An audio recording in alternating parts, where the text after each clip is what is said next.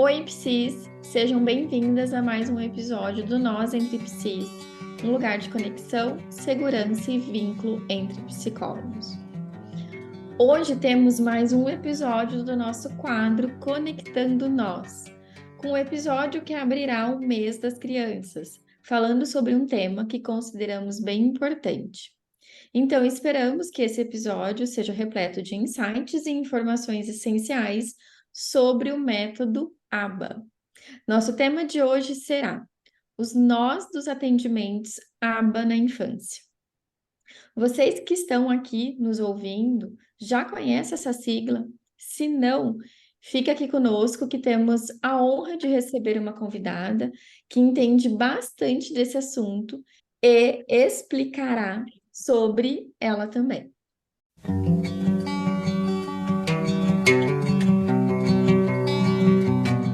É isso mesmo, gente.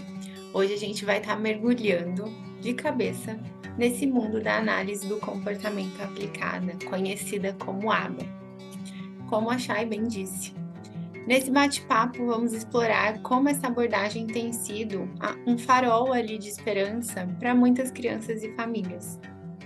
E quem melhor para nos guiar nessa jornada do que a querida Priscila Didoni, psicóloga, terapeuta, comportamental, com mais de uma década de experiência na aplicação do método ABA, onde vem desenvolvendo autonomia e independência para as crianças atípicas, com muito carinho e amor.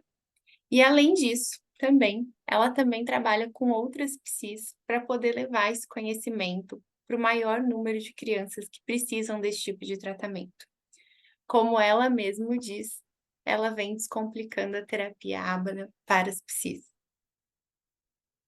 A ABA é uma abordagem que tem transformado vidas, especialmente no tratamento de crianças atípicas e outros desafios comportamentais. Hoje, com a orientação e o conhecimento da Pri, nós vamos então aprofundar o nosso conhecimento, levando para vocês que estão aqui nos ouvindo tudo sobre como a ABA funciona, seus benefícios e, claro, as questões éticas envolvidas nesse processo terapêutico. Pri, seja bem-vinda ao Nós Obrigada. Entre Psis. Estamos extremamente gratos e felizes por você compartilhar desse tempo aqui conosco e da sua experiência também. Então, antes da gente começar a falar sobre, fala um pouquinho de você, conta um pouquinho sobre a sua jornada pessoal, sua jornada profissional com análise do comportamento aplicada e o que te inspirou a se dedicar a esse campo. Como é que você chegou até aqui? Primeiro, meninas, né, como é a minha primeira experiência com podcast também, estou felicíssima, super animada com esse Seja momento. bem-vinda, quem sabe já dá um projeto novo aí para você. Pois é, amei muito essa ideia.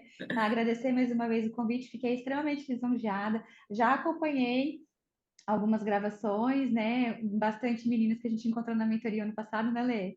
Fico muito feliz, muito bacana a iniciativa de vocês, sucesso. E fico muito feliz com a oportunidade, porque a gente precisa, né, deixar cada vez mais acessível uma forma de tratamento, uma intervenção que é uma prática baseada em evidências, né, que dá certo para um público específico, né? Então isso precisa chegar a mais pessoas e, enfim. Então é muito legal a gente poder conversar sobre isso de um jeito mais natural, vamos dizer assim, né? Não estou aqui dando uma aula longe de mim, né? Estou aqui humildemente falando sobre o que eu conheço, sobre o que eu sei, sobre a minha prática. Mas, assim, como a Lele já falou, até me senti um pouco velha quando você falou, assim, uma década de experiência, assim, doeu um pouco. Falei, meu Deus, uma década. E isso Né? tem Então, que ser assim, muito valorizado, porque tem uma é, década, mais de uma década que você vai pois passar é. por isso. Eu lembro quando a gente Isso conhecia, não pode ser uma dor, isso tem que ser uma vitória. né? Tipo assim, uma dor que, tipo, ai meu Deus, tô chegando quase numa idade tal já, senhor.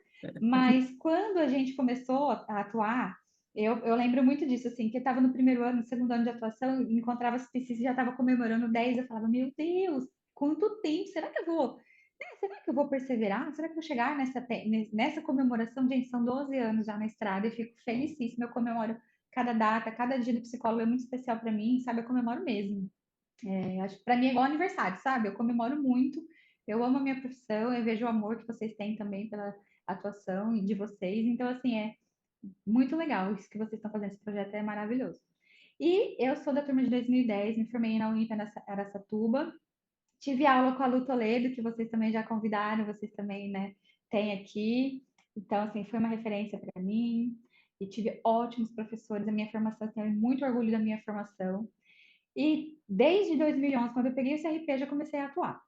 E eu atuava com crianças, sempre atuei crianças no estágio na facul, atendi crianças, né? Fiz estágio hospitalar, a Lu foi minha supervisora de hospitalar. E eu fiquei na pediatria, então assim, sabe, eu sempre tive essa caminhada com crianças. Eu atendia adultos também, adolescentes nunca foi muito minha praia, mas assim, adorava atender adulto, nossa, adorava. Mas criança sempre teve ali, né? E o meu primeiro pacientinho atípico, eu brinco que ele caiu de colo no meu, de paraquedas no meu colo, porque eu não tive nada sobre autismo na faculdade, e nem na minha primeira especialização, nada. Não sei se vocês tiveram, mas eu não Não. tive nada. E Era acho que até hoje pode ser uma lacuna mesmo eu ali dentro da acho, graduação, né, eu Pri? acho que assim, Eu o acho que pessoal, até hoje não tem né? Na minha época, especificamente isso. Não... Na minha época se batia muito em bipolar, ansiedade, depressão, né? E a gente fazia, na época ainda tinha o Benedita lá para a gente fazer o estágio da psiquiatria, né? Então, da saúde mental, enfim. Então, era bem voltado para essa questão, né? E aí, então, eu não tive nada sobre autismo na faculdade. O meu primeiro paciente, eu tive supervisor, né, na época, e eu fui autodidata mesmo. Tudo que eu soube na época, que foi em 2012, 2011, procurava, estudava, né? O meu supervisor me orientou algumas coisas, mas era pouco também, porque a gente discutia o caso, né? Então, assim, ele não estava ali para me ensinar a teoria também. E na época eu estava terminando a minha primeira pós-graduação, eu nem sabia. Eu fiz fenomenologia e existencialismo no, na USP em Bauru, que eu tenho muito carinho, né? Então, assim, Ah, é lindo. Não. tudo que eu sei de traquejo clínico mesmo, né? Aquela coisa de receber uma criança, a família e acolher, ter essa visão humanizada de atendimento, sabe? Eu devo essa formação, então eu tenho muito orgulho de falar que eu trabalhei com a Fenô. E aí eu fui caminhando para a análise do comportamento depois desse primeiro pacientinho, porque aí eu comecei a ver que não dava mesmo, né? Que o que eu aprendi na Fenô, tipo, não ia rolar, né? Na clínica ali, no atendimento. E aí, depois, com a troca de supervisor, a família trocou de supervisor depois de uns 2 anos, eu fui supervisionada pela Marta Ubner. Eu não sei se vocês conhecem, mas ela é, assim, a mãe da análise do comportamento no Brasil, assim, ela teve aula com o Skinner, tem, sabe, foto com ele, gente, é um sonho poder ter contato com essa mulher, assim, é uma fera na área, né? Ela está ligada a grandes instituições, né? Enfim, publicações, ela é maravilhosa. E eu fui supervisionada por ela nesse pacientinho. Quando houve a troca do supervisor, eu fui na casa dela. Eu falo assim, gente, se naquela época tivesse negócio de Instagram, eu tinha feito muito stories com ela, gravado tudo. Eu falo, não, tem que registrar esse momento, né? Mas não tinha, está só na minha lembrança mesmo. E que bom que E tá aí, né, Pri? Que esse aí ninguém vai tirar aí no momento. não, nossa, nunca esqueço que ela foi assim um divisor de águas na minha atuação, porque ela falou assim: você tem muito jeito com criança, você tem muito jeito, um jeito natural, você pegou e você é muito reforçadora, nunca vou esquecer que ela falou isso, né? Você é muito reforçadora, naturalmente reforçadora. E as crianças gostam muito do meu jeito, sabe? A minha esteticista fala, né, que o meu botox não dura muito por causa disso, né? Porque eu fico muito assim, e aqui sai tudo rapidinho, né? E aí ela falou assim para mim, Priscila, você tem muito jeito. Você está no caminho. Seria de bom tom você fazer a especialização em análise do comportamento aplicada. Aí eu tinha acabado de terminar uma, né? Falei, Mas já beleza. que a mulher falou, né? Falei, então é isso, querida. Vamos assimilar essa ideia. E E psicóloga aí, gosta de uma pós-graduação, né? gente, não Nunca sei qual que é. vi. Esses dias eu estava pensando em fazer outra. Eu falei, acho que eu vou fazer neuropsicologia. Eu falei, ai, não sei se eu quero mais essa vida de, sabe, pegar a estrada, tudo de novo. Porque eu sou das antigas também, né, gente? Eu gosto do presencial. Então, assim, eu sofro muito esse negócio de online. Uhum. E aí, ela me incentivou a fazer, porque ela falou assim: se você for perseverar, né, nessa área, tal, seria de bom tom você ter a base teórica, a formação, tudo certinho. Eu falei, beleza. Na época, só tinha na UFSCar, né, ali na Federal de São Carlos, só tinha lá. E aí, financeiramente, eu não podia na época. Eu me preparei 2 anos, 3 anos, e aí eu consegui fazer. Com muito sacrifício. Eu acordava 3h30 da manhã para poder chegar lá, assistir a aula das 8 às 5 e vir embora. Chegava aqui 9 horas. Para economizar com o hotel e tal. Eu só ficava em hotel quando tinha prova. Porque aí eu falava, não, eu quero ter uma boa noite de sono, não quero acordar de madrugada. Aí eu consegui fazer, me organizei, tudo, aí eu consegui fazer. Em 2016 a 2018. Eu fui da terceira turma. Hoje eu já nem sei, já perdi as contas de quantas turmas tem. Aí depois o negócio cresceu muito. Hoje é muito fácil acesso, tem online, tem outras instituições, enfim, né? Mas na minha época só tinha lá. E era só presencial, então tinha que ir. Aí o meu marido me levava, tá? Eu tinha ele para contar, porque ele ia dirigindo e eu ia dormindo.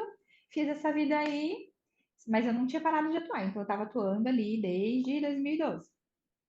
E aí tinha supervisor, tudo, tá? Então eu comecei a ter mais pacientes, mais demanda, e aí eu falei, cara, é isso que eu quero fazer. Só que para fazer bem feito, a gente precisa ter uma disponibilidade na agenda muito grande, porque a autista aprende por repetição. Então a gente precisa de insistência, persistência, insistência. Então, assim, não é uma terapia uma vez na semana, 50 minutos, que seria uma ludoterapia, né, com a criança típica. Não, não funciona com eles. Então eu fui, conforme foram finalizando os pacientes antigos que eu tinha, pacientes típicos, né, crianças ou adultos, eu fui finalizando, não fui pegando novos casos, fui encaminhando para colegas e fiquei finalmente só com esse público, né? Só com o público atípico, e que é a primeira infância que eu me identifico, né? De 0 a 6. Eu pego até de 0 a 7. E os meus pacientinhos que estão comigo há mais tempo, que estão hoje com 8, com 9, né, eles estão crescendo, eu estou adaptando, estou mudando as estratégias, formas de intervenção, enfim, junto com a necessidade que a família apresenta, a escola apresenta, né? Mas o meu público-alvo é a primeira infância.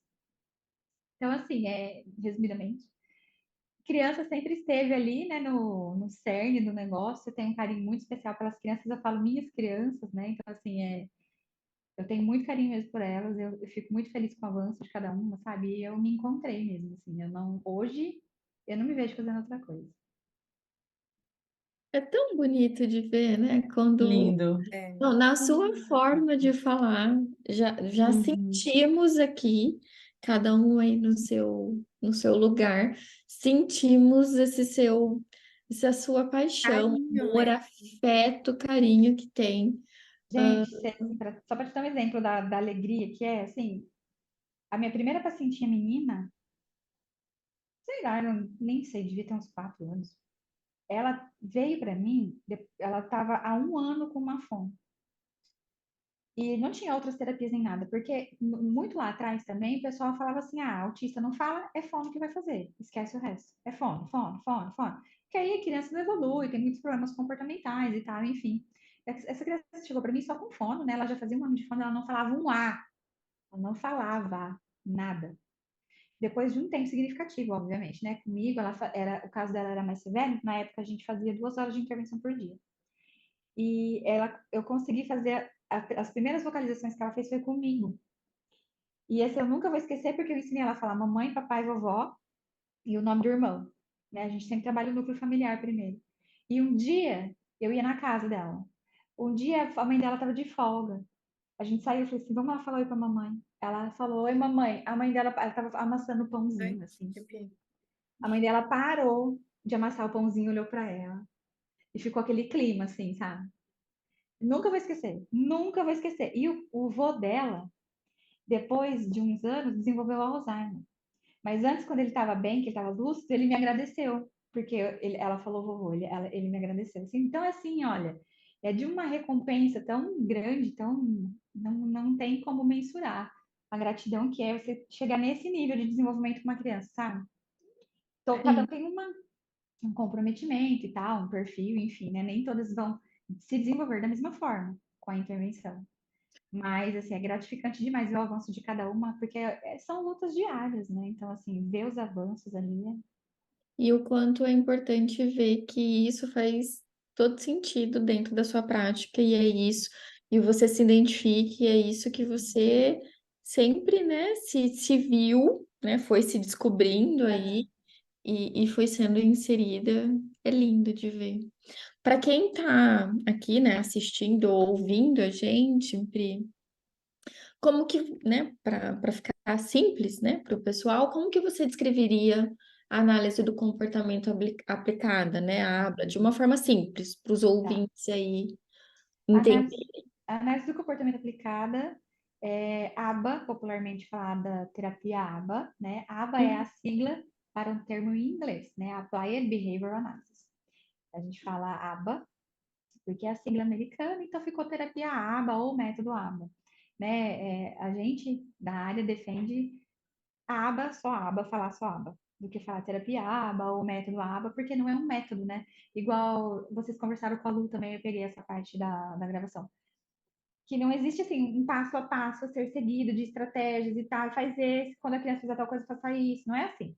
Então não é um método, né? A análise do comportamento aplicada é a forma de fazer ciência, né, com a base filosófica do behaviorismo radical. Então, é uma abordagem da psicologia, né? Então, assim, como é a psicanálise, né, a Gestalt, enfim, Jungiana. Então, assim, é uma das formas de se entender o ser humano na psicologia. E lá na década de 40, 1948, né, antes da década de 50 ali, o Lovaas, Ivar Lovaas, um psicólogo, pegou os estudos de Skinner sobre comportamento humano, né, comportamento verbal, e ele aplicou aquilo lá num grupo de crianças atípicas. E ele viu resultados assim maravilhosos. Mas ele fez aquilo, né, sistematicamente, por um período significativo, por muitas horas. Então, aquele modelo de intervenção foi defendido por muitos anos, como se só aquilo desse certo.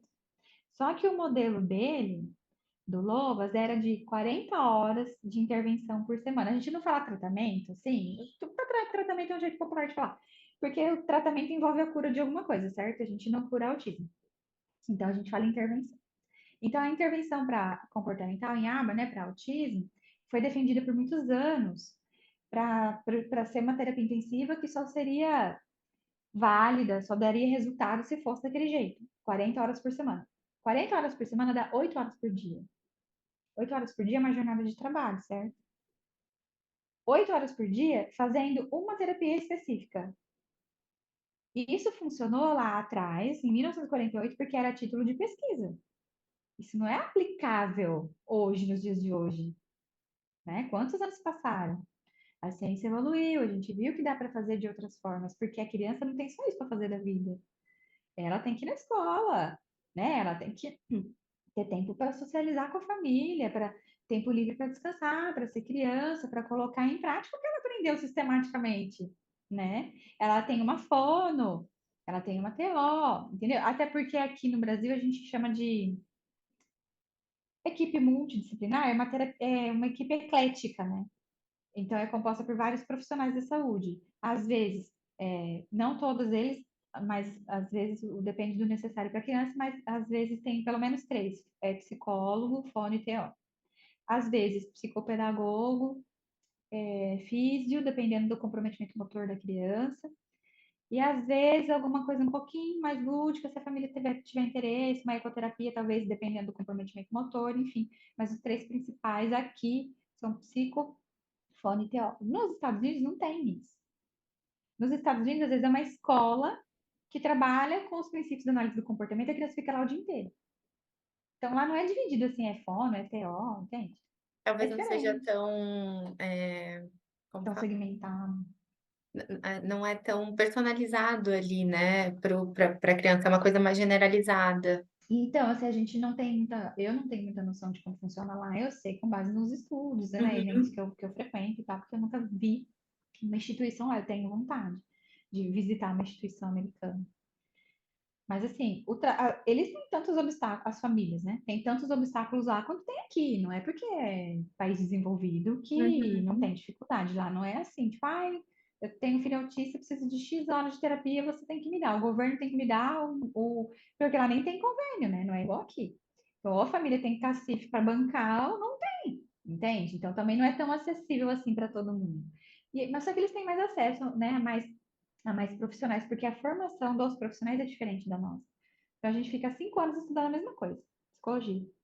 Lá não, né? Então lá Em 4 ou em 3, eles fazem um pouco de tudo e eles saem técnicos, né? E aí eles vão fazer as capacitações, eles já saem com o nível de mestrado, nós não. Então, assim, equiparando, né? Eu acredito, um ponto de vista meu, que a nossa formação seja mais aprofundada, a Uhum. nossa formação na psicologia, né? Uhum. Só que eles já saem com o título de mestre, assim, é diferente o acesso, mas enfim. Então lá tem muito analista do comportamento, lá tem muito, aqui tem poucos, entendeu? Ô, Pri, te ouvindo falar, fico aqui pensando, né, o ABA mesmo ali, ele então é só desenvolvido para criança ou a gente consegue usar para outras coisas, né? Ah, Outras perfeito. idades. Não, a aba não é terapia para autista. A análise do comportamento aplicada é uma especialização, né? Uma abordagem, melhor dizendo, da psicologia, um modo de entender o ser humano. Então, ela pode ser aplicada na área do esporte, né? Um psicólogo do esporte que trabalha com equipes e tal, vai preparar uma equipe, vai, sei lá, vai treinar o pessoal da Copa.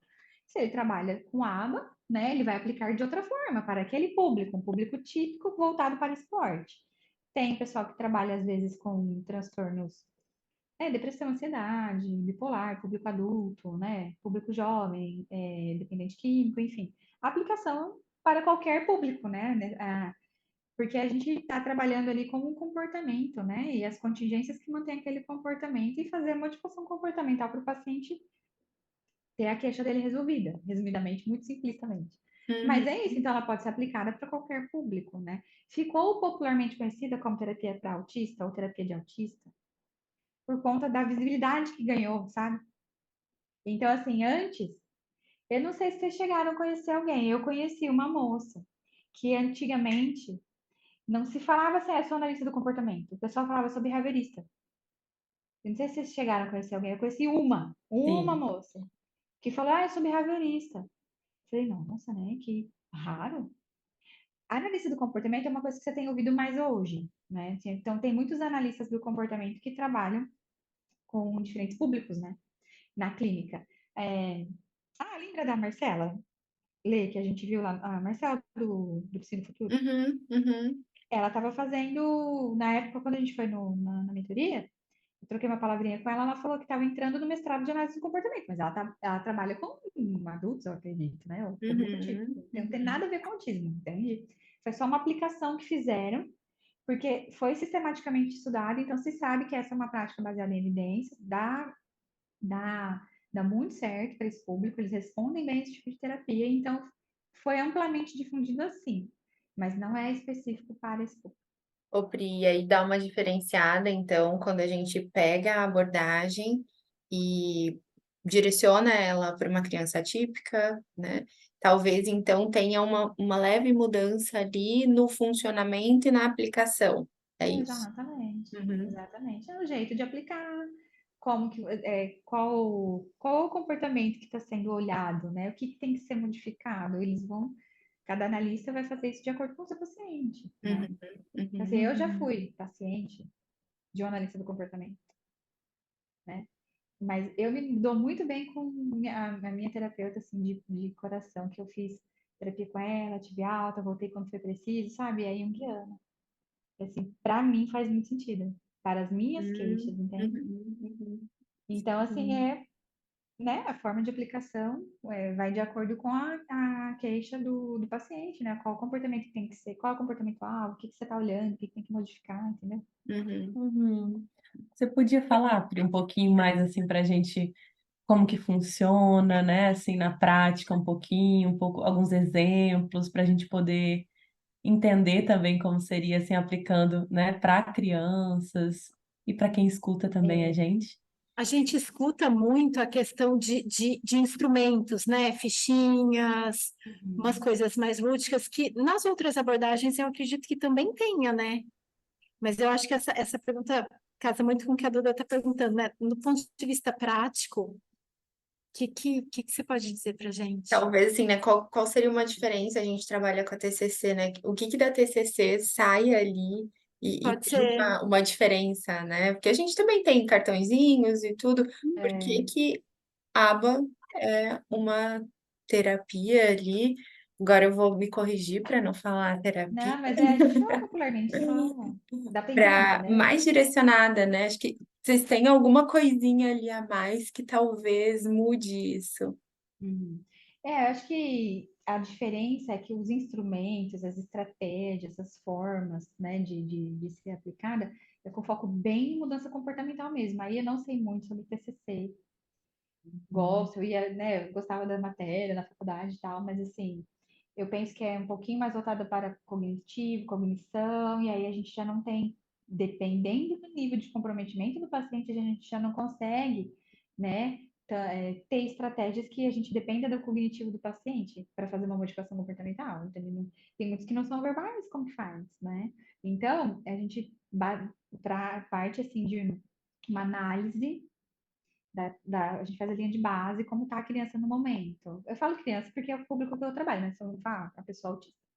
Né? Então, a gente faz uma análise inicial, né, do que tá, como está aquele paciente no momento, a linha de base dele, o que ele tem de comportamentos no momento, o que ele sabe fazer, são as habilidades dele. O que ele não sabe fazer são os déficits. E tem os excessos comportamentais. A gente entende o excesso como, por exemplo, uma estereotipia, um excesso de agitação psicomotora, que via de regra, esses excessos, os déficits também, mas assim, são barreiras de aprendizagem. Porque a criança, muitas vezes, ela tem pouca habilidade desenvolvida e muito déficit, muito excesso comportamental. Então, aqui ela fica ali, envolvida naquele estereotipia e você não consegue acessar. Você não consegue acessá-la. Você fala, fala, fala, ela não olha enquanto ela estiver ali na estereotipia dela. Então, a gente precisa, por isso que o trabalho é repetitivo, é diário, são muitas horas na semana, a gente precisa de ajuda da família, da escola, né? Porque a gente precisa dessa repetição. E muitos autistas são visuais, mesmo os mais leves, eles se beneficiam de scripts, por exemplo, você colocar sei lá, na porta do armário dele um script do que ele tem que fazer no dia, com frases curtas e simples. Para uma criança não verbal, a gente pode fazer isso em forma de imagens, que a gente chama de pictogramas. Não são imagens muito elaboradas, cheias de detalhes, cheias de fundo colorido, de coisas. Não. Pictograma geralmente envolve um fundo branco e uma imagem tipo, preta, ou se tiver cor, pouco de cor, mas bem robusto, sabe? Por quê? A gente quer que aquele pictograma, aquele símbolo, mostre para a criança o que, que se espera dela. Então, assim, por exemplo, você vai num lugar que tá a plaquinha de proibido fumar, lá tem um cigarro cortado assim. Você sabe, poxa, aqui nesse lugar eu não posso fumar. Então, aquele símbolo molda o seu comportamento. Então, a gente espera que isso funcione com as crianças atípicas, principalmente as de nível 2 e nível 3, ali, que são um pouquinho mais comprometidas, né? De nível 3, a gente já está pensando em casos assim, que a maioria não fala mesmo, né? Tem muito mais estereotipia, colalia. Então, as imagens fazem com que a gente consiga ter mais certeza de que a criança está entendendo o que se espera dela. Então, ela vai olhar e vai fazer o que se espera dela. E a gente vai falar sempre frases curtas e simples, né? Tentando ao máximo possível ser objetivo e repetitivo. Então, assim, tem tarefas que a gente faz assim, 6 vezes, 8 vezes, 10 vezes. Eu peguei um protocolo uma vez que fazia 20 vezes a mesma coisa com a criança. E você faz isso várias vezes ao longo da sessão, entende? Então, assim, é maçante para a criança. É bastante. Então, assim, a gente foi mudando isso ao longo do tempo para ficar o mais natural possível, menos aversivo, porque ah, existe também uma polêmica, principalmente dos ativistas autistas, né? Um público que não tem, às vezes, não teve uma boa experiência com um profissional, enfim, sei lá. Que eles falam que quem teve tratamento ABA hoje reclama, fala que não foi bom, que não sei o quê, porque eles falam que é muito aversivo. Né? Porque é repetitivo, porque a gente tem são várias tentativas feitas para adquirir a mesma habilidade, né? E lá atrás, e não tão lá atrás, mas assim, por exemplo, nos Estados Unidos, inclusive, teve uma polêmica o ano passado, de uma instituição que usava pequenos choques para choquinho rápido, assim, para impedir uma criança de fazer determinada coisa. Então, o segurança daquela clínica, eu não lembro se clínica, escola, clínica, escola, daquela organização. Então, o segurança daquela organização ficava com chaveiro e esse chaveiro tinha o nome das crianças, e aí ele, quando havia criança fazendo alguma coisa inadequada, ele pegava o chaveirinho, apertava, dava um choquinho na criança, a criança parava. Então, esse é um tratamento baseado em punição, que nos Estados Unidos eles fazem muito. E aqui isso é um absurdo, entendeu? Eu nunca trabalhei com punição. Essa foi uma das premissas da minha formação lá na UFSCar. Eles não trabalham com punição e eu super acredito nisso, sabe? Assim, porque você punir um comportamento não faz com que ele deixe de ocorrer, né? É só momentâneo. Então ele vai ocorrer novamente em algum momento. Só que são estratégias comportamentais. Punição, extinção, a gente tem que saber como usar, né? Então, punição, por exemplo, tem umas polêmicas envolvidas sobre o uso de punição. Aqui, eu acredito que a maioria dos profissionais não use, eu não uso, mas a gente sabe de coisas recentes que o pessoal usa. Por exemplo, esse negócio do choque é um exemplo, entendeu? Então, assim, teve muitos estudos de casos graves, gravíssimos, que a pessoa machucava a cabeça, a própria cabeça, ou batia a cabeça, né? Então, assim, isso é extremamente perigoso, né? E aí se colocava um capacete na criança durante a terapia, sabe? Assim, então, é desagradável, né? Se você for parar para pensar hoje, o quanto isso pode ser aversivo para a pessoa e ela não sabia falar, entendeu? Só que foi uma medida tomada para a segurança dela, né? Então, eu tenho, assim, esses pontos que trazem muito questionamento. Então, tem pessoal que super defende esse comportamento, que fala, nossa, foi muito bom para o meu filho, se não fosse aba, meu filho hoje não estaria assim, assim, assado. E tem pessoal que, infelizmente, não teve boas experiências, né? Que abomina a aba, sabe? Tem esses dois lados aí, entendeu? Ô, Pri, olhando um pouquinho assim, até para você e para com base na sua experiência de atendimentos, quando você olha para tudo isso, o que que você percebe de dificuldade quanto profissional para esse trabalho, né, e essa demanda? Eu acho que o mais difícil para exercer o trabalho como analista do comportamento, mais difícil, que são vários pontos. Mas o mais São difícil, várias. são vários, gente, é complexo o negócio. Eu acho o mais difícil, tem ali num ranking dos mais difíceis, acho que, em primeiro lugar, o acesso a uma informação de qualidade, porque além de não ser acessível no Brasil, ou as instituições que promovem a especialização de análise do comportamento aplicada, tem muito curso raso, tem muito curso ultrapassado, tem muito curso que é vago demais, curto demais, o pessoal sai despreparado para clinicar, entende? O acesso às informações mais atualizadas são tudo em inglês. E não é todo mundo que domina, né? A gente não é obrigado, né? Se você mora no Brasil, você fala em português. Mas a grande base da literatura e dos estudos mais recentes, artigos mais recentes, está em inglês. Então, esse é um obstáculo para muitas pessoas. Eu gosto de inglês, fiz inglês muitos anos, então essa não é uma barreira para mim. Mas é para a maioria. Financeiramente falando, é um grande obstáculo também, porque os estudos, os cursos, as coisas que tem de novidade estão localizados em poucos lugares, geralmente nas capitais.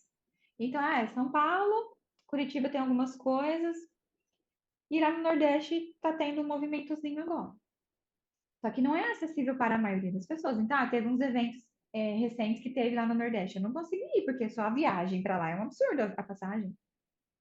Então, assim, não é acessível financeiramente para muitas pessoas, né? Um ensino de qualidade.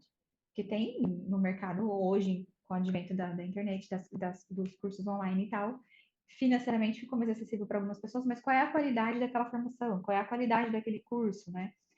Aquele professor que está dando aula, ele é capacitado realmente? Ele tem experiência clínica, tem expertise e tal? Então, assim, tem de tudo. Tem para todos os bolsos, mas os que têm mais qualidade são mais caros. E são bem caros, sabe? Então, não tá. A gente tem grupos, né, de analistas, e a gente tem amizade, tal, conversa, os grupinhos, a gente fala assim, tem hora que a gente fica desmotivado, fala, poxa, estou trabalhando, pagando para trabalhar, sabe? Para investir na carreira. Então, são duas grandes barreiras, assim, ter acesso a uma informação de qualidade, porque a literatura está, a maioria em inglês, o custo é alto. Psicologicamente falando, emocionalmente falando, o desgaste é alto. Eu já tive burnout, colegas já tiveram burnout. Eu tive burnout em 2018, 2019. Estou com os resquícios aí na luta, né? porque é complicado. É muito comum analistas do comportamento que trabalham com público atípico terem burnout. Muito comum mesmo. A exigência, a cobrança é grande, né? Eu acho que a Vocês veem. dedicação também, né? Exato, porque De assim, você vê um tempo paciente uma mesmo. vez na semana, 50 minutos. Então, você tem ali uma rotatividade, você troca de assunto, né? Você troca de demanda, você vai de um caso mais complexo para um caso que está evoluindo melhor, te dá um respiro, né? Te dá aquela, mentalmente falando, te dá aquele alívio de uma sessão mais pesada para uma sessão mais leve. Na análise do comportamento, a gente não tem muito isso. A gente vai de um caso mais leve para um caso mais grave, depois outro caso mais grave, sabe? Assim, é pesado, a E Pri, a rotina. frequência A é frequência é alta de atendimento, a gente precisa dar um acompanhamento para as escolas, assistência para a família. Além dos atendimentos, a gente cria os materiais de trabalho. Então, assim, é como se fosse um professor que faz HTPC, ele tem que fazer o HTPC para poder planejar a semana seguinte de aula. A gente também tem que fazer o planejamento. Só que de quantos pacientes? Né? Lá a professora faz o planejamento da turma. Nós fazemos o planejamento de cada paciente, Individual. individual. Avaliação, reavaliação, criar programas de ensino, como que vai coletar esses dados, analisar esses dados. Ah, e usar a imagem ou não usar a imagem não é só um desenho que eu achei na internet. A gente tem que ter um raciocínio clínico por trás de por que que aquilo vai ser beneficente para o meu paciente? Como que eu vou criar aquilo? O que eu crio para ler pode não ser benéfico para a Duda. Eu tenho que fazer ajuste toda vez, toda vez, toda vez. Sabe? Então, Pri, oi. não, só pegando o gancho com isso que você está falando, eu percebo que talvez a importância da família engajada nesse processo também deve ser crucial É um dos para pontos o tratamento. principais, né? A gente defende que uma família bem orientada, né, e bem treinada, assim, a nossa luz no fim do túnel, assim, é achar o pote de ouro no fim do arco-íris, porque eles precisam dar continuidade no nosso trabalho.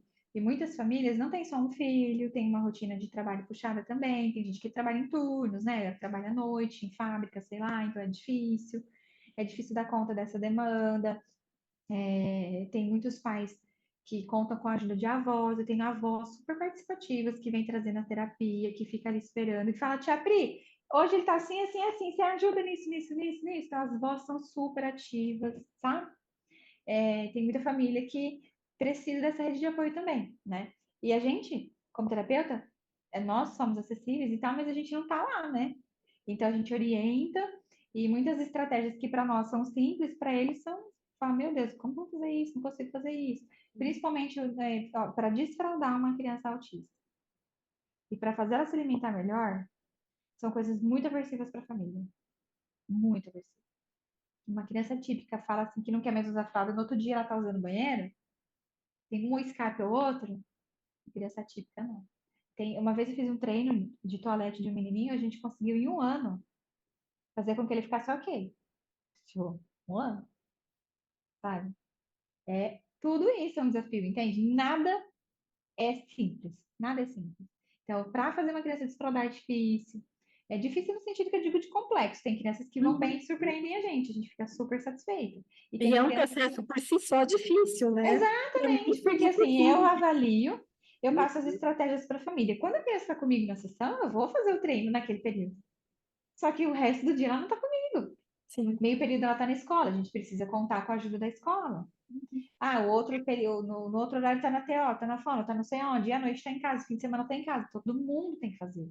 é o básico que não é simples, né? O Não é básico que todo simples, mundo não tem é. que fazer, que é Não é difícil. simples. A vida das famílias atípicas não é fácil. Não é fácil mesmo, sabe? Trabalhar a seletividade alimentar, por exemplo. Sabe, é muito complexo. A criança não quer, às vezes ela não quer não por questões sensoriais, porque ela não gosta do azedo, ou porque ela só gosta de doce e seco, sei lá. Tem criança que não come porque não quer nada novo, não quer mudança na rotina. Então ela acostumou com aquela alimentação, e eu só sento nessa cadeira aqui na mesa e eu só como com esse talher e com esse copo. É desse jeito. Então, aí, a gente tem que trabalhar a rigidez cognitiva para a criança aceitar pequenas mudanças na rotina, para a gente conseguir fazer pequenas mudanças na alimentação. E isso vai em meses, vai em anos, não é simples de fazer. E a família não persevera, porque a família quer que no outro dia esteja comendo o prato mais colorido possível, entende? Tipo assim, a criança não pode nada líquido, só quer tudo seco. No outro dia a família quer fazer sopa. É assim, sabe? É complicado. Uma vez eu avaliei um caso de um jovem de 22 anos, de uma cidade vizinha. E na época que eu até atendia adulto ainda, e ele era super funcional, falei, não, eu vou tentar, né? Rapaz, assim, ele estava na terceira tentativa de fazer faculdade. Ele tinha sido diagnosticado recentemente, já tinha diagnóstico de TAG, bem grave o caso dele. E aí, ansiedade social, estavam pensando também, e aí veio o diagnóstico de autismo. A família não falou para ele que ele era autista.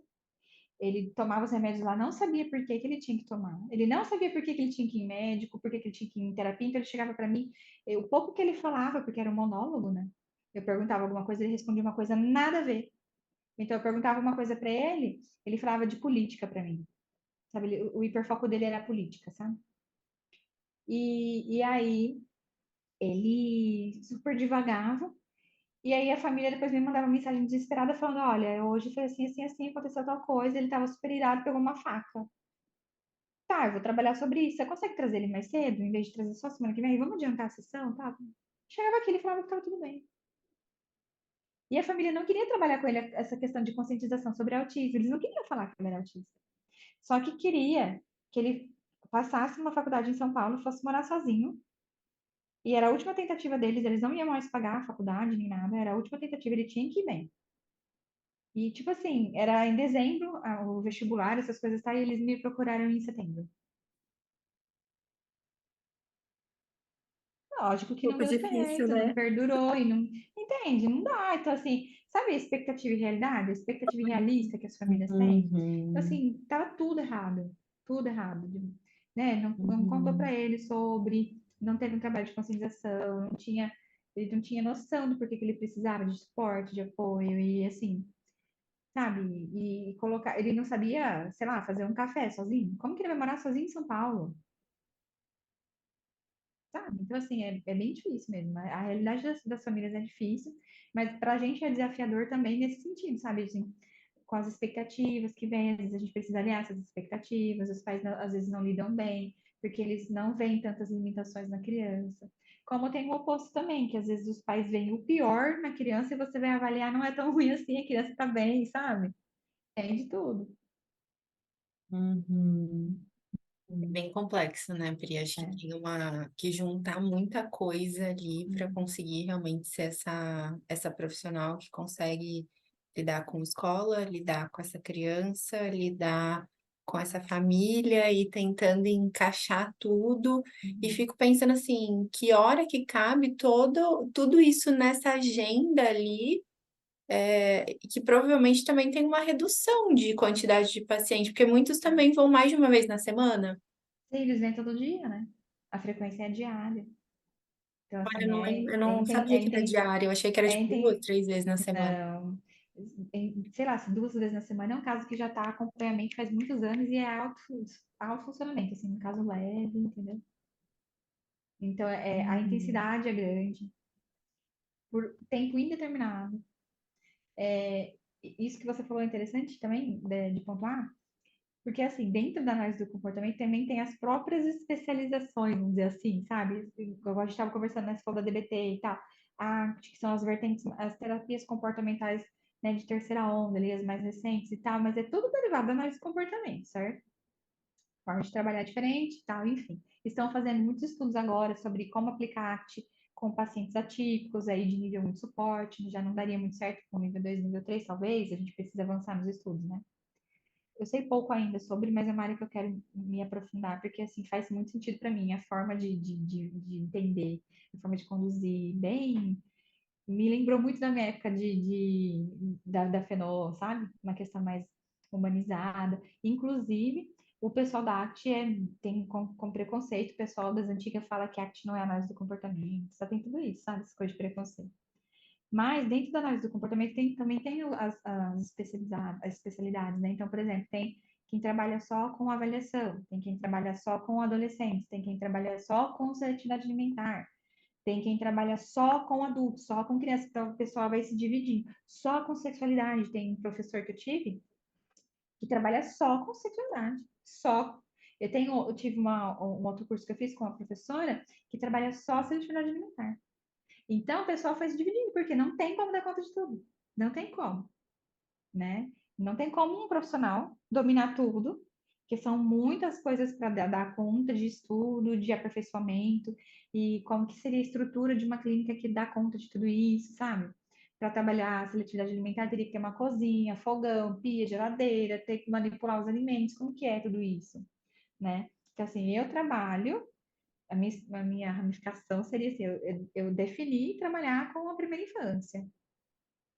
Então, eu trabalho com comportamento verbal, habilidades básicas, começa, né, com habilidade de socialização, de acordo ali com as queixas da família e da escola, né? Agora que eu terminei uma especialização no passado, então eu estou começando agora a fazer duplinhas para trabalhar habilidades sociais, mas é difícil fazer duplinha, porque precisa da criança estar mais ou menos no mesmo nível uma da outra, porque senão, né, elas têm que se beneficiar daquele conteúdo, daquela situação, né? Não tem como colocar uma criança de nível 1 com uma criança de nível 3, porque uma ou outra não vai se beneficiar daquele momento, né? Então, tem várias Uhum. formas de trabalhar, várias possibilidades, e a gente vai se especializando num assunto, porque não dá para dar conta de tudo, E hoje né? você também foi Complexidade. construindo uma equipe, né, Pri, ali junto com você para trabalhar. Sim, porque para dar conta de ajudar mais famílias, né? Porque eu sozinha, não, Uhum. obviamente, que eu ia ter parado de pegar paciente há muito tempo. Então, eu tenho as psicos parceiras, né? Que são, Uhum. assim, muito, muito queridas, muito competentes, né? Fizeram psicologia, fizeram as capacitações de análise do comportamento, todo mundo aqui tem treinamento, tem supervisão, a gente está sempre fazendo de tudo para ser o mais leve, mais prazeroso, mais divertido possível, mais natural para a criança. A gente não quer nada por obrigação, a criança não faz terapia chorando, tem as oscilações de humor que é típica do autismo mesmo, tem momentos difíceis, como todo mundo tem na vida, tem dia que eles estão com o pé esquerdo igual a gente, então, a gente saber conduzir Uhum. isso e não fazer nada impositivo, nada obrigatório, né?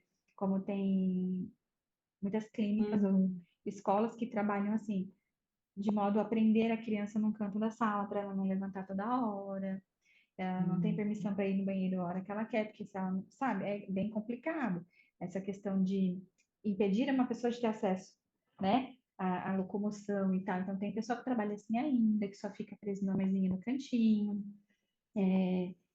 que são formas de trabalhar que deram certo. E que a gente precisa de alguma estrutura mais firme ali no começo, com alguns casos mais complexos, mas isso vai mudando ao longo da terapia, né?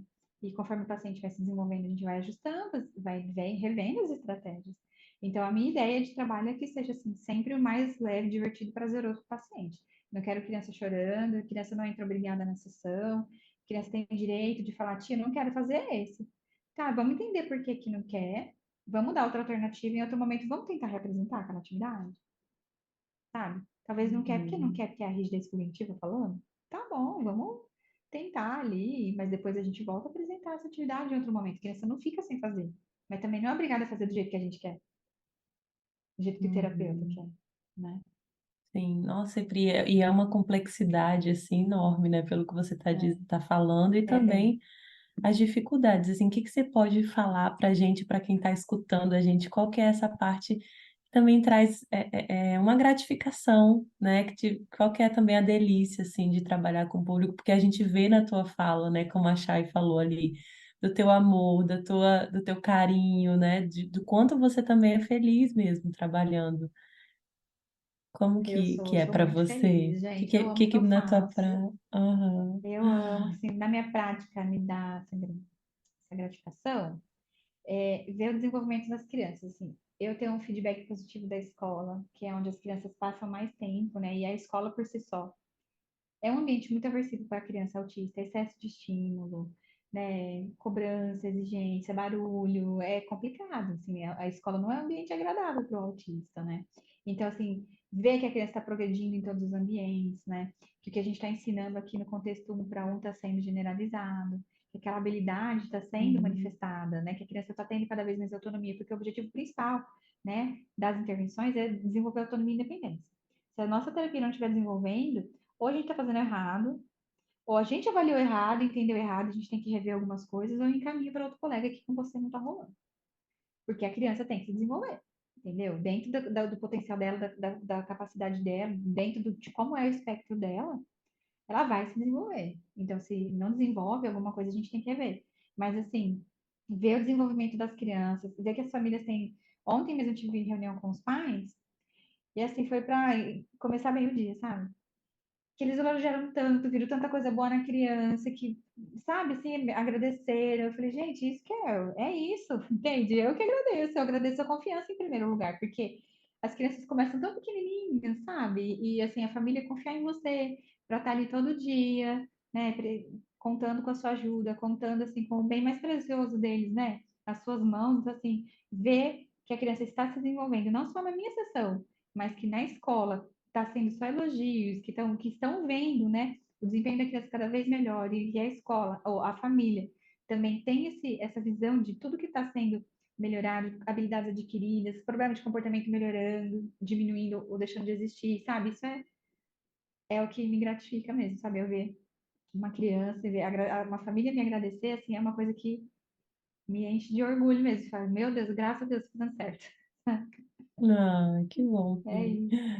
Ah, é uma delícia te ouvir falar com esse brilho nos olhos, né? E realmente eu imagino o quanto deve ser gratificante você ver a evolução dessa criança dentro de todos os outros contextos, né? Não só na clínica, mas dentro de casa, na escola, e colocar essa criança numa condição que ela possa estar bem, né? E estar ali tranquila nesses outros tantos ambientes que ela frequenta, né? A gente não quer muito tomar seu tempo aqui, então a gente já vai A gente caminhando nem vê para o o tempo passar, né, finalzinho. gente? Não vê. Olha, Foi tão bom. ah, a gente Um sabe quando monte de a mulher gente fala que ama, conversando, nem né? percebe o tempo passar, né? Exato. É, Você disse que já escutou os nossos episódios, né? Aqui no Nós a gente tem um pedido muito carinhoso, né, para cada um dos nossos convidados, que é para você deixar uma mensagem para a gente aqui, para quem está nos escutando em casa, para que você deixe essa mensagem. E a única restrição que a gente tem é que essa mensagem venha do fundo do coração. Então, é com você. Fica à vontade. Bom, para vocês que estão ouvindo, seja mãe, pai de uma criança atípica, né, ou um profissional que quer atuar na área, mas em especial as mamães e papais atípicos. Você tem uma criança autista em casa, sabe que o seu filho é capaz de aprender, né? Então, se você estiver passando por alguma dificuldade, se não desiste, busca ajuda em outros lugares, com outros profissionais, mas o seu filho tem potencial para aprender, né? Dentro do que for adequado para ele, dentro do potencial dele, ele pode se desenvolver cada vez melhor. Então, assim, toda criança é capaz de aprender, a gente só precisa aprender a como ensiná-lo. Qual é o jeito que aquela criança aprende e a gente vai ensinar ela do jeito que ela aprende. E ela vai se desenvolver. Então, não desistam, né, de procurar e de lutar pelos direitos do seu filho, que eles têm vários, né? Não deixem isso para depois, vão atrás para o seu filho, né, crescer bem, com tudo que ele tem de direito, ter acesso às mesmas coisas que as outras pessoas têm, né? E para quem quer ser profissional da área, estude muito, se dedique muito. Saiba que você vai abrir mão de algumas coisas para ter essa consistência no trabalho, mas que o desenvolvimento do seu paciente vai valer cada minuto investido. A Pri veio treinada, viu? Essa aí tá Eu tô assistindo, ficando muito ó. boa nesse negócio de falar, hein, E a gente, na mensagem foi live. linda. Depois comecei a dar aula na mentoria, destrava esse negócio, né? Porque você tá falando por computador, e aí dá uma destravada, né? Ai, Não tem gente, muito ai, que jeito, né? alegria. Ai, que alegria, gente, poder falar com vocês, assim. Até a Lê comentou, né, que eu comecei com a mentoria para outras psis, ajudando aí quem tem, ou está começando na carreira e está com muitos obstáculos, ou quem quer se aperfeiçoar, quem quer começar na área. É um prazer muito grande para mim, sabe, poder dar aula. Eu encontro cada profissional bacana, sabe, eu já atendi de vários estados, eu estou com uma turma muito querida agora, que vai terminar no final de outubro. Então, assim, é muito gratificante para mim ver que tem outros profissionais sérios, sabe? Buscando, olha, o que eu posso fazer para ajudar o meu paciente? Não, eu tenho que melhorar isso aqui. Olha, aconteceu isso, como eu posso ajudar esse menininho? Então é muito gratificante para mim, sabe? Eu me descobri assim com essa possibilidade, né, de vestir a camisa de professora em alguns momentos e compartilhar um pouquinho da minha experiência com outros profissionais e ver que isso está contribuindo, sabe, para a carreira de outras profissionais, de outras pesquisas. É muito legal mesmo. E isso que Ô, vocês estão Pri, vou fazendo também aproveitar que é. você está falando um pouco disso, né? A gente sempre separa um Hum, espacinho ali para para vocês terem esse espaço também aqui, né, para falar um pouquinho de vocês, dos cursos, de Aham. mentoria, aonde encontrar, como as redes sociais que você tá, onde as pessoas podem realmente procurar você e a sua mentoria também. Legal. Então, eu tô no Instagram, eu acho que todo mundo tá, né? Meu queridinho Instagram é @Priscila de Dona Psi. Eu tenho um site também que batalhei muito para conseguir e tenho novos projetos vindo por aí, mas no meu site tem um pouquinho mais sobre o meu trabalho. Tem material gratuito para quem é pai e mãe ou profissional da área ou professor, consegue usar meu material, está disponível para download. E é www.institutoprisciladedonha.com. A mentoria, eu no momento está só 2 vezes no ano, né? No primeiro semestre e no segundo semestre, porque são praticamente 3 meses de acompanhamento.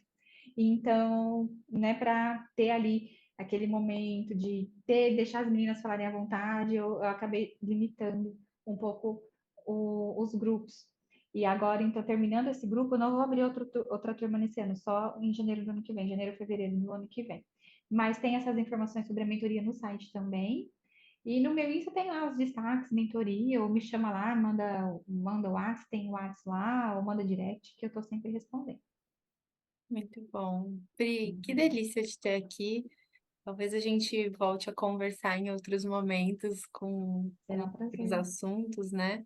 É muito lindo mesmo ver todo o carinho que você tem pelo trabalho. Acho que quem está um pouquinho mais perto ali, né, no seu Instagram, consegue ver o quanto dá até um negocinho de tipo assim, nossa, que delícia ver que tem profissionais que estão fazendo isso com tanto amor, porque acho que isso também movimenta muito. Acho que nós aqui do Nós temos muito essa visão de que esse amor pelo aquilo que a gente faz consegue mover coisas que às vezes são praticamente impossíveis. E acho que é isso que eu vejo um pouco no seu trabalho, na sua dedicação, ouvindo aqui você falar hoje. Então, eu agradeço muito seu tempo, né? Seu Eu que agradeço. espaço, para estar aqui com a gente Imagina. hoje. Eu que agradeço mais uma vez, meninas, o convite e um bate-papo maravilhoso com vocês.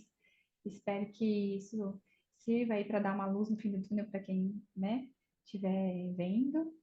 E sucesso na carreira de cada um de vocês. Essa é a proposta, esse projeto de vocês é bacana demais. A gente tem aí tantos profissionais bons espalhados por aí, né? O nosso trabalho tem que ser visto, né? Eu super defendo isso, gente. Tem gente que não gosta muito de Instagram nem nada assim, não precisa ser no Insta, mas assim, encontre uma forma de mostrar seu trabalho. Tem tanto profissional bom que não é visto. Vamos mostrar, né, o nosso potencial, que a gente está aí para ajudar as pessoas, né? Uhum. É o que faz a psicologia crescer, não é? Com certeza, com certeza. Sim. Esse é o nosso Obrigada, objetivo. Pri. Obrigada Então, a a gente você. chega no fim desse episódio muito especial, né? Sobre o método ABA, mas talvez não método para as crianças. E a gente espera que vocês que estejam aqui, né, tenham realmente adquirido um pouquinho mais desse conhecimento, acendido talvez uma fagulhazinha sobre essa abordagem. E para ter percebido também como isso faz diferença nas vidas das crianças, né? Acho que a gente quase se emociona aqui ouvindo a Pri contar do caso da menininha, do quanto isso consegue realmente trazer vida de novo para essa família. Então, se você tiver pergunta, comentário, deseja compartilhar a sua experiência também, entre em contato com a gente, coloca aqui nos comentários, entre em contato com a Pri, pelo Instagram, que ela deixou aqui pra gente, né? E a gente está aqui para ouvir e aprender junto, formando cada vez mais esse nó, um espaço de segurança, conexão e vínculo para todas nós. É isso, gente. Muito obrigada por estar aqui no Obrigada. Nós, nos acompanhando mais uma vez. Não se esqueça de se inscrever e compartilhar o podcast com seus colegas, psicólogos e amigos interessados em psicologia.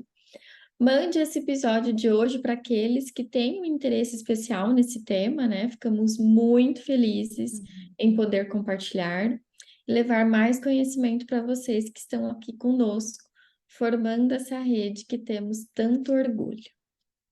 Sim, e E também, gente, não se esqueçam de se inscrever no Nós Entre Psis, deixar sua avaliação, seu comentário, isso é muito importante para a gente. Assim, o seu feedback é fundamental para aprimorar os nossos episódios, para a gente trazer também mais tópicos que vocês se interessam. Então, a gente vai amar contribuir com aquilo que é interesse de vocês. Além disso, siga-nos nas redes sociais para ficar atualizado sobre os próximos episódios, notícias e trocas que a gente quer saber a opinião de vocês sempre, né? Por hoje é só. Agradecemos muito a Pri por esse momento aqui com a gente, por essa conversa, por esse bate-papo delicioso, né? E obrigada, meninas, e obrigada a você que está em casa nos ouvindo. Por hoje é só. Um beijo e até o próximo. Tchau, tchau. Beijo!